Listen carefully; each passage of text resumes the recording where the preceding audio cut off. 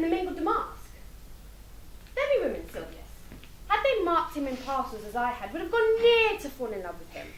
But for my part, I love him not, nor hate him not, yet have more cause to hate him than to love him, for what had he to do to chide at me? He said mine eyes were black, and my hair black, and now I'm remembered, scorned at me.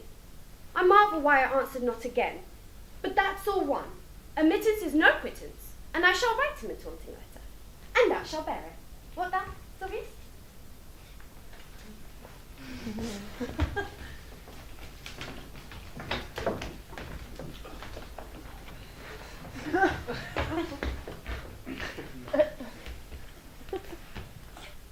As I remember, Adam, 'twas upon this fashion bequeathed by Wilberforce 1,000 crowns, and as thou sayest, charged my brother by his blessing to breed me well. And there begins my sadness. My brother Jaques, he keeps at school, and report speaks goldenly of his profit, and for my part, he keeps me rustically at home, or to speak more properly, stays me here at home unkept. For call you that keeping a gentleman of my birth differs not from the stalling of an ox.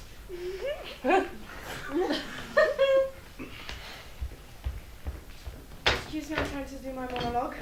I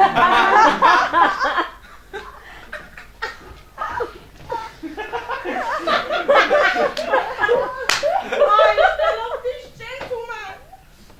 It is odds. It will not affect me. I'm base. My father, the innkeeper of this prison, and he the prince. To marry him is hopeless. To be his whore is witless. Outrun! What pushes us wretches driven to when 15 has once found us? First, I saw him. I seeing thought. He has as much to please the woman in him. He pleases to bestow it so as ever. His eyes yet looked on. Next, I loved him.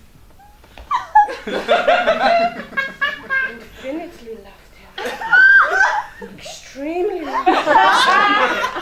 And yet, he had a cousin. Fair as he too. But in my heart was Palman. And oh, Lord, what a coil he keeps to hear him sing in the evening. What a heaven it is. Although his songs are sad ones. Very spoken, never a gentleman. When I come in the morning to bring him water, first he bows his noble body, then salutes me thus. Good morrow, maid. May thy goodness bring thee a happy husband. Once he kissed me, I loved my lips and this thereafter. And would he would do so every day. Oh, what should I do to make him know I love him? Fain to join him? Say I would venture to set him free? What would the law say then? Thus much with the law. I will do it. This night or tomorrow. You shall love.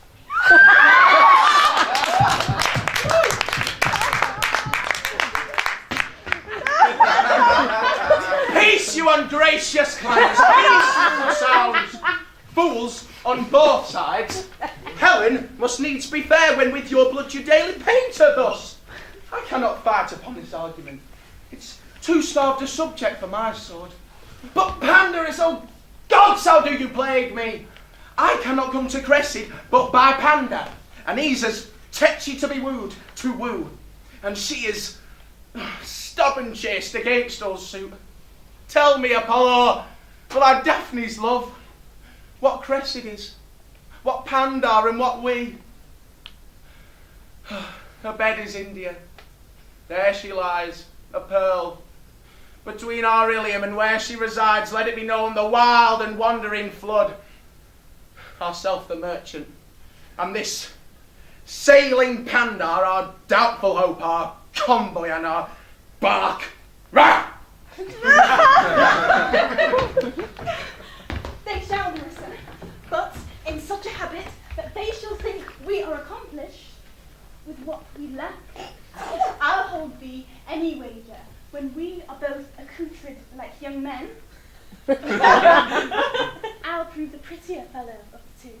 And when my dagger, with the change of man and boy, like voice, and turn 2 mincing steps into a manly stride. And speak a phrase, like a fine bragging youth, about how honourable ladies sought my love, which I denying, they fell sick and died. Not to withal, and then I'll repent, and wish for all that I had not killed them.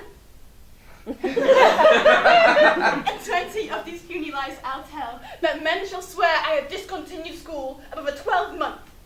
I have within my mind 1,000 raw tricks of these bragging jacks, which I will practice. I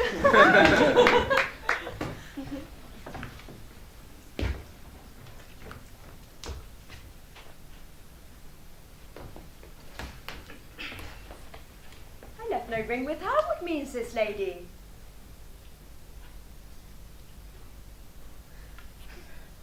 Fortune forbid my outside have not charmed her. She made good view of me, indeed, so much. Methought her eyes had lost her tongue, as she did speak in starts distractedly. She loves me.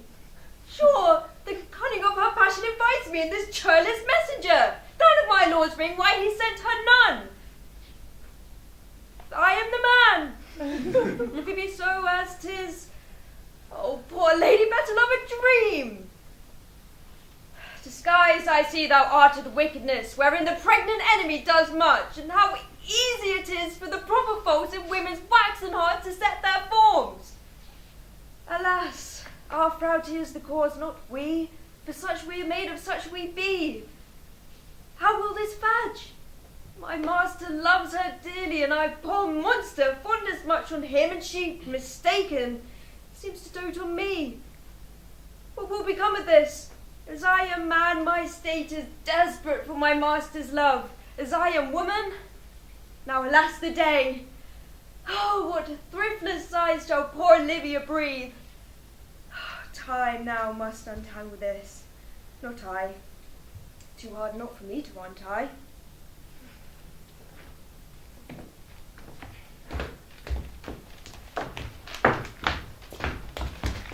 We burn daylight. Here, read, read. Perceive how I might be knighted. I shall think the worse of fat men. Yet he would not swear, praised women's modesty, and gave such orderly and well-behaved reproof to all uncomeliness, that he would have sworn by his disposition, would have gone with the truth of his words. What tempest, I trow, threw this whale with so many tons of oil in his belly ashore at Windsor? How shall I be revenged on him? I think it best that we were to entertain him with hope, and let the wicked fires of lust melt him in his own grease. Did you ever hear the like? No? I do affect the very ground which is base, with her shoe which is baser, guided by her foot which is basest doth tread. And I shall be forsworn, which is a great argument of falsehood, if I love. And how can it be true love if it's falsely attempted? Love is a familiar, love is a devil. There is no evil angel but love, and yet was Samson so tempted, and he had a very good strength.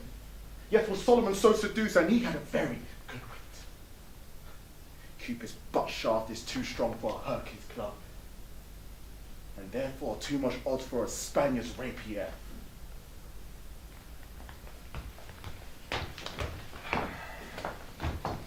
Alas, Iago, what shall I do to win my lord again? Good friend, go to him, for by this light of heaven I know not how I lost him. Here I kneel. If ever my will did trespass against his love, either in discourse of thought or actual deed, or that mine eyes, mine ears, or any sense delighted them in any other form, or that I do not yet, and ever did, and ever will, though he do shake me off to beggarly divorcement, love him dearly, comfort forswear me. Unkindness may do much, and his unkindness may defeat my life, but never taint my life. I cannot say horror. It does abhor me now I speak the word. To do the act that might the addition earn, not the world's mass of vanity could make me.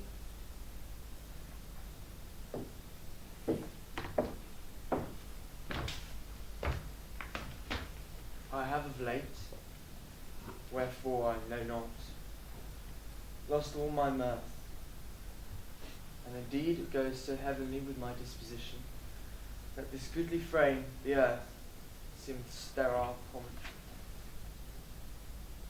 The most excellent canopy, the air, look you, this brave o'erhanging firmament fretted with golden fire, why, it appeareth nothing to me but a vile and pestilent congregation of vapours. What piece of work is a man?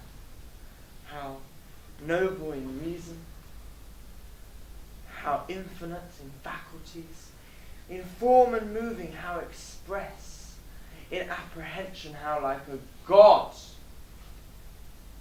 the paragon of animals, the beauty of the world, yet to me what is this quintessence of dust? Man delights not me, nor women neither.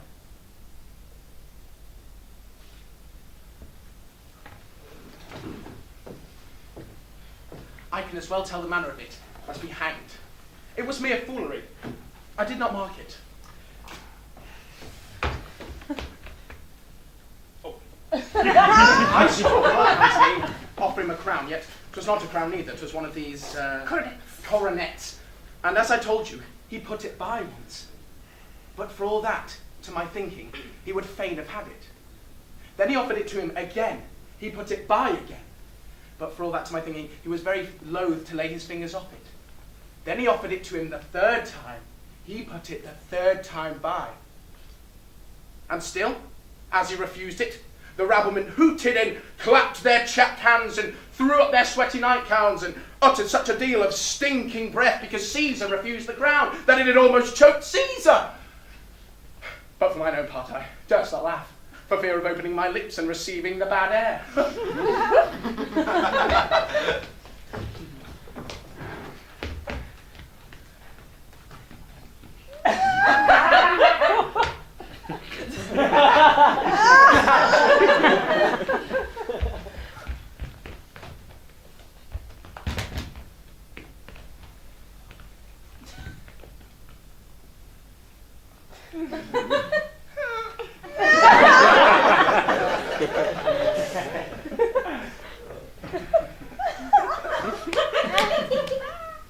Sweet Sir Toby, beautiful tonight. Since the youth of the counts was today without age, she's much out of quiet. And for Monsieur Monvolio, let me alone with him. If I do not gall him into a nay word, or make him a common recreation, do not think I have a wit enough to lay straight into my bed.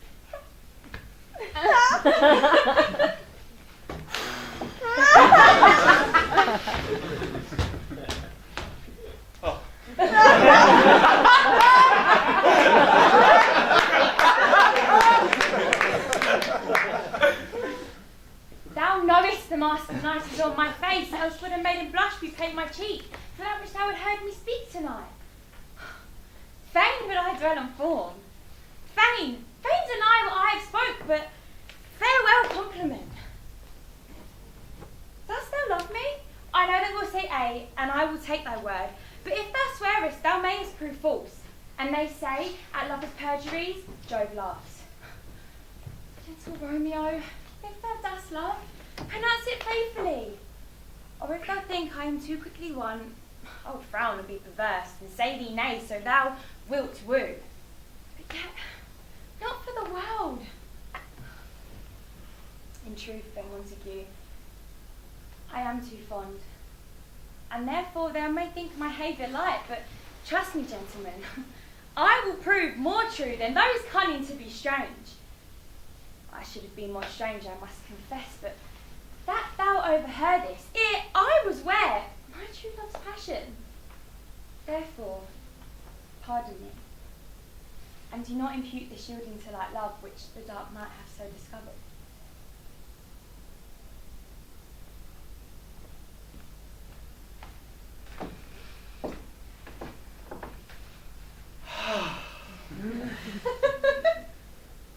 Sweet moon, I thank thee, for thy sunny beams. I thank thee, moon, for shining now so bright, by the gracious golden glittering